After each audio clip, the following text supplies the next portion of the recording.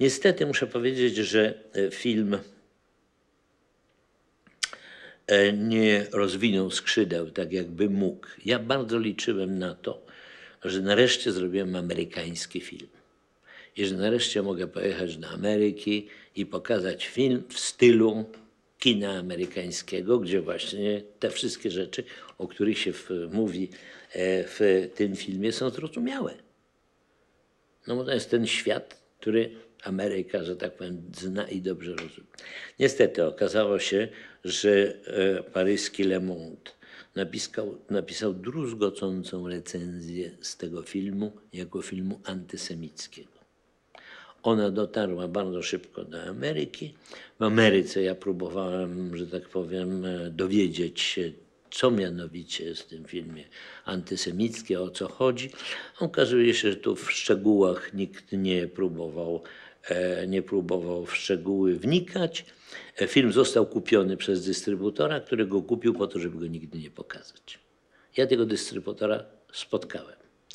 I zadałem mu pytanie, bo mówię, proszę pana, jeżeli pan uważa, że w tym filmie są jakieś elementy, które pan by nie chciał pokazać w Stanach, to niech pan mi powie, które to są. Ja własną ręką wytnę to z filmu i jeszcze się podpiszę, że wycięłem.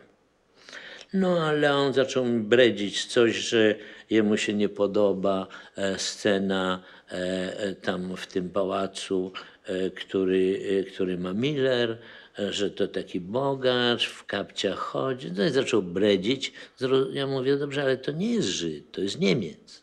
To chodzi panu o to, żeby Niemców wyciąć z tego filmu? Zrozumiałem, że w ogóle nie o to idzie. On wie tylko jedno, że ma kupić film Ziemia obiecana po to, żeby on nigdy nie ujrzał ekranu w Stanach Zjednoczonych. I on to wykonał. Tak samo nie miałem możliwości, że tak powiem, być wzięty pod uwagę między filmami, które startowały wtedy do Oscara. Pojechaliśmy do Hollywood, ale widziałem, że już tam jest zdecydowany odpor przeciwko temu filmowi. Jest decyzja, że to jest film antysemicki, nie mam żadnych szans.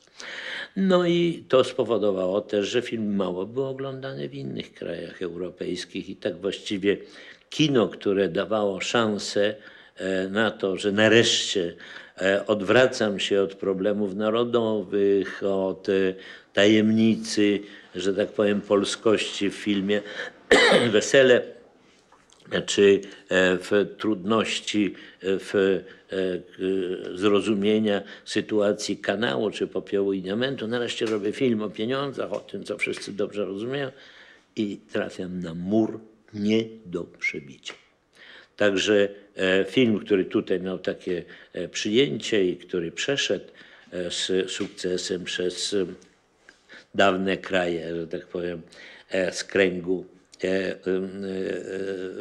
kręgu krajów zależnych od Związku Radzieckiego, bo tu nie obowiązywała ta formuła, która została w Paryżu, że tak powiem, postanowiona, no to film niestety nie trafił na swoich dystrybutorów i właściwie przeszedł niezauważony.